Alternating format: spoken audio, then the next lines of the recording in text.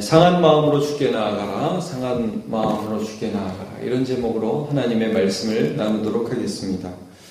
예레미야서는 계속해서 바벨론에 멸망한 예루살렘의 상황을 애통하며 비통해하는 예레미야의 탄식과 울음의 애가로 기록되어 있습니다. 이제 오늘 본문도 계속해서 그 슬픔들을 노래하고 있는데, 구체적으로 오늘 11절부터 22절까지 봤는데, 11절도 그렇고 이제 마지막 부분인 우리 20절부터 22절도 그렇고, 특별히 어떤 슬픔을 노래하고 있냐면 그 예루살렘 성 가운데에서 죽어가는 어린이들을 보면서 마음 아파하는 그런 장면이 나와 있습니다. 자, 11절. 내 눈이 눈물에 상하며 내 창자가 끊어지며 내 간이 땅에 쏟아졌으니, 여기 눈물, 창자, 간, 다 슬픔을 말하는 것이거든요. 우리도 애간장이 녹는다 그런 말을 하지 않습니까? 이 말씀들은 예레미야의 슬픔들, 얼마나 이 육체적으로 상할 만큼 마음이 아픈가 하는 것들을 보여주는데, 그 이유가 이는 내 딸 백성이 패망하여 어린 자녀와 젖 먹는 아이들이 성읍 길거리에서 기절함이로다 그렇습니다. 아이들이 이제 죽어가는 상황을 묘사하고 있습니다. 먹을 게 없는 거예요. 그래서 12절, 그들이 성읍 길거리에서 상한 자처럼 기절하여 그의 어머니들의 품에서 혼이 떠날 때에, 이제 어머니들의 품에서 아이들이 젖을 먹고 이제 공급을 받고 편히 쉬고 그래야 되는데, 이제 혼이 떠나는데 왜 그러냐 보시면, 어머니들에게 이르기를 곡식과 포도주가 어디 있느냐, 먹을 게 없어요 엄마, 이러면서 죽어간다는 거죠. 참혹한 그런 상황입니다. 20절부터 21절도 여러분 보시면, 여호와여 보시옵소서, 주께서 누구에게 이같이 행하셨는지요. 여인들이 어찌 자기 열매 곧 그들이 낳은 아이들을 먹어오며, 또 1편으로는 이런 현상이 있는 거예요. 기근이 너무 심하니까 자기 자녀들을 돌아가면서 잡아먹는 그런 일들이 있었다고 그러잖아요. 그리고 그들이 낳은 아기를 먹으며 제사장들과 선지자들이 어찌 주의 성소에서 죽임을 당하오리까. 주님의 보호와 주님의 약속이 있는 성전에서 제사장들과 선지자들이 거기서 죽임을 당합니다. 주님 때문에 살아야 되는데 그곳에서 죽습니다. 이 얼마나 처참한 상황입니까? 21절, 늙은이 젊은이 다 길바닥에 엎드리고 처녀 청년들 한참 살아야 되고 힘을 내야 되는 그 사람들이 칼에 쓰러졌고요. 주께서 진노의 날에 죽이시되 긍휼히 여기지 아니하시고 돌이키셨다. 이 22절 보면, 주께서 내 두려운 일들을 사방에서 부르시기를 절기 때 무리를 부름같이 하셨나이다. 절기 때는요, 온 이스라엘 백성들이 예루살렘에 모이죠. 마치 우리 명절 때 되면 지금은 전국으로 역귀성도 많이 하지만 서울로 오는 것처럼 그렇게 막 예루살렘으로 모이는데, 예배하기 위해서 모이는 게 아니라 이방인들이, 바벨론 사람들이, 적군들이 죽이려고 예루살렘에 모여드는 그런 일들이 지금 있다. 여기서 피하는 사람은 없다. 원수들이 우리 아이들을 다 멸했다.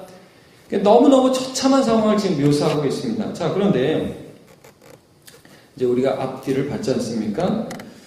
13절을 보면 이런 말씀이 나와요. 이게 뭐냐?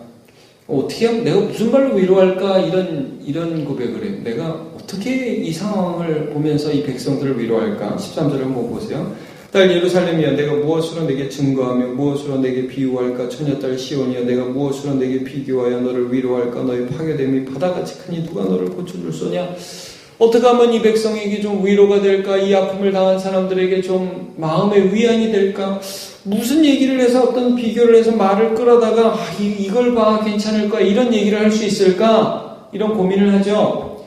근데 여러분, 여기서 이제 예레미야의 고민이 나오는 겁니다. 뭐냐면, 저도 이제 어떤 심각한 병에 걸리신 분들을 신방하거나 어떤 어려운 가운데 있는, 환란에 있는 분들을 신방하면 어떤 말을 해야 될지가 참 고민이 돼요. 무슨 말로 위로를 하면 그분이 위로를 받을 수 있을지.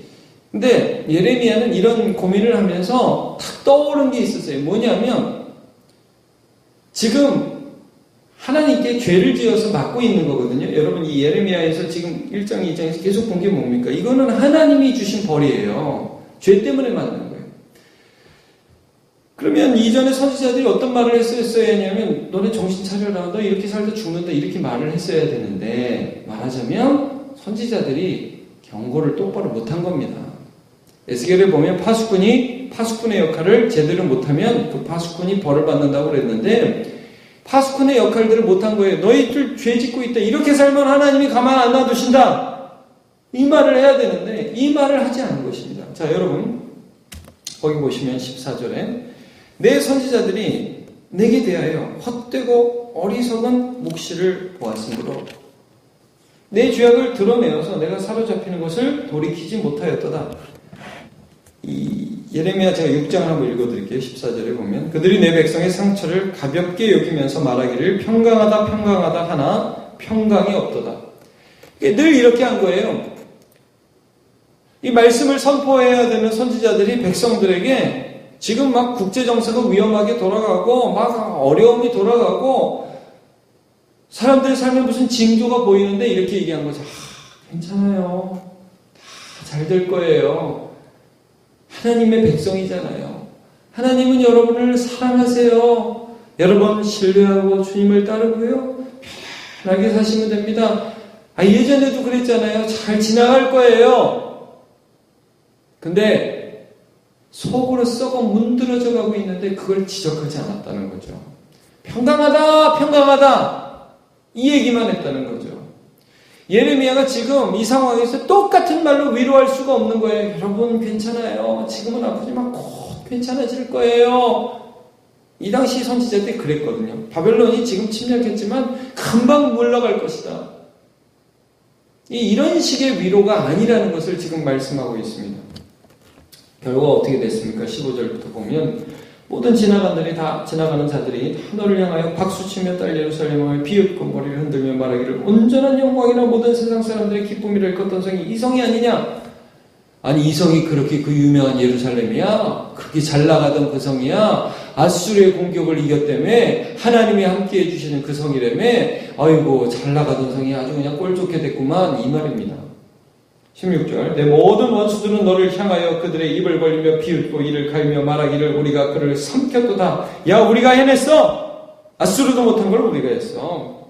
말하기를 우리가 그를 삼켰도다. 우리가 바라던 날이 과연 이 날이라. 우리가 얻기도 하고 보기도 하였도다. 우리가 했다고. 근데 여러분 여기에 대해서 어떻게 예레미야가 말씀을 하느냐. 17절 여호와께서 이미 정하신 일을 행하시고 옛날에 명령하신 말씀을 다 이루셨으며 이게 뭐냐? 하나님이 실수한 것도 아니고 하나님이 잘못한 것도 아니라는 거예요. 어린아이들이 죽어나가고 청년들이 죽어나고 성서가 회파되는 이게 말씀에 없는 얘기가 아니라는 말씀입니다. 이미 하나님의 말씀에 기록되어 있다는 말씀을 해주고 있습니다. 제가 신명기 말씀 한번 읽어드릴게요. 28장 1절에 여러분 신명기 28장이 순종과 불순종에 대한 복과 저주를 기록하고 있지 않습니까?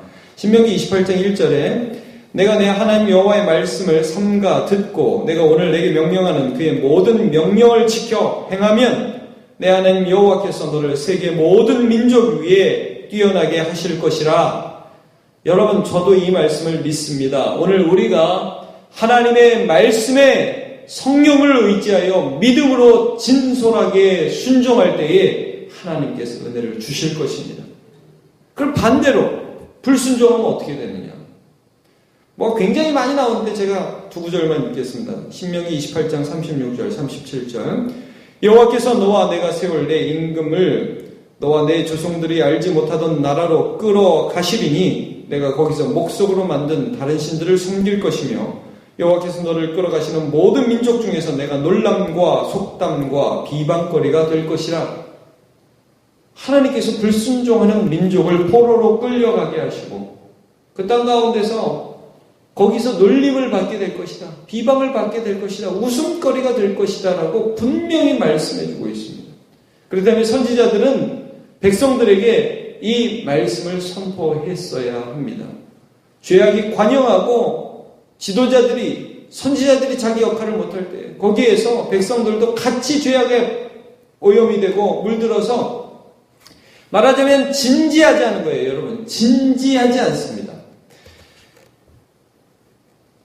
이 백성들이 하나님의 말씀을 전해드릴 때 좋은 말씀이네요. 그리고 그냥 자기 뜻대로 사는 거예요. 여러분, 롯이 자기의 사위들에게 야, 하나님이 내일 이 소돔과 고모라를 멸망시킬 거다 그럴 때 농담으로 여겼다, 그렇게 성경에 기록됩니다. 오늘 좀 피곤하신가 보네, 말씀이 과하시네. 그리고 그냥 자기 마음대로 살았다는 거죠. 이 사람들이 진지하지 않았어요. 그러니까 예레미야가 지금 이 고통 가운데 있는 백성들에게 괜찮아요, 잘 될 거예요, 이렇게 말하지 않았어요. 오늘 뭐라고 말씀하시냐면 울어라 그래요. 울어라. 눈물을 흘리고 기도할 때도 마음을 쏟아서 기도를 해라. 자, 한번 보시죠. 19절 18절부터 보겠습니다. 18절 그들의 마음이 이런 명령을 한다는 거예요. 성령께서 이 마음에 이런 요구를 하신다는 거죠. 주를 향하여 부르짖기를 딸 시온의 성벽아, 너는 밤낮으로 눈물을 강처럼 흘릴지어다. 너 이렇게 대충 가볍게 하나님의 말씀을 여기지 마라. 성경은 그렇지만 현실은 달라요. 난 이렇게 해서 이런 식으로 반응하지 마라. 눈물을 강처럼 흘릴지어다. 내가 지금 너한테 괜찮을 거야, 이렇게 대충 위로하는 말을 할 수가 없다 이거죠. 눈물을 강처럼 흘리고 그 다음에 스스로 쉬지 말고 네 눈동자를 쉬게 하지 말지어다. 여기서 눈물이 나와야 돼. 지금은 여러분, 왜 우리가 기도할 때 우리가 이렇게 막 눈물을 흘리는 것을 보면 그래도 저 사람이 조금 진실하게 나아가는구나, 그런 거를 어떻게 알 수 있어요? 지금 그래도 마음이 반응하는구나. 여러분, 그렇다고 해서 맨날 울어야 된다는, 맨날 울기만 해야 된다는 말씀은 아니지만 이 눈물 속에 우리가 진실함과 진정성을 발견하잖아요. 너네들 그렇게 할 수 있어야 된다. 19절 초저녁이 일어나 부르짖을지어다. 여러분, 초저녁이 일어나는 시간입니까? 자는 시간입니까? 이때 너희 경성해라, 깨어라, 이 말씀 아닙니까? 내 마음을 주의 얼굴 앞에 물 쏟듯 할지어다. 진정한 내 마음은 세상에 쾌락에가 있고, 진정 내 마음의 중심은 어떤 욕심에가 있고, 이런 게 아니라 지금 이 아픔과 지금 이 고통을 하나님 앞에 물을 쏟아내듯이 쏟아내라. 너네 좀 진실하게 하나님 앞에 반응해라. 내가 지금 너네들한테 할 수 있는 말, 고통 가운데 있는 너희들에게 할 수 있는 말은 괜찮을 거야, 잘 될 거야, 이 말이 아니라 지금 이 여호와 앞에 너의 마음을 들여서 울며 진실하게 마음을 쏟아놓으며 나아갈 때라는 것을 지금 선포하고 있는 것입니다. 갓길 어귀에서 그래서 계속 보면 갓길 어귀에서 주려 기진한 내 어린 자녀들의 생명을 위하여 주를 향하여 손을 들지어다. 지금 여기 이렇게 계속 나오죠. 너네 울어야 된다. 눈물을 강처럼 흘려라. 마음을 물같이 쏟아놔야 된다. 네 자녀들을 위해서 주를 향하여 손을 들고 주님 불쌍히 좀 여겨주시옵소서. 그렇게 나아가야 된다. 이게 하나님 말씀이다. 이렇게 지금 말씀해주고 있는 것입니다. 시편 51편 17절 제가 읽습니다. 하나님께서 구하시는 제사는 상한 심령이라. 하나님이여 상하고 통회하는 마음을 주께서 멸시하지 아니하시리이다. 마태복음 5장 4절 애통하는 자는 복이 있나니 그들이 위로를 받을 것이며. 우리 오늘 이 말씀을 통해서 이 세상을 살아가면서 우리 하나님 앞에 진실하고 진중하며 우리의 마음을 다하여 나아가서 종국에는 긍휼하심을 있는 주의 백성으로 살아가시기를 예수님의 이름으로 축복합니다. 기도하겠습니다. 하나님, 예레미야 선지자는 동족의 아픔을 보되 어린 아이들과 청년들을 기진하여 죽어가는 모습을 보며 눈물을 흘리고 마음을 쏟아놓고 초저녁에 일어나서 손을 들고 여호와께 부르짖으며 하나님 살려주옵소서. 하나님 잘못했습니다. 하나님은 마인이 나의 모든 것입니다라고 고백하며 주 앞에 나아갔습니다. 하나님, 우리가 이 시대를 살아가며 우리의 마음을 빼앗기지 않게 하여 주옵소서.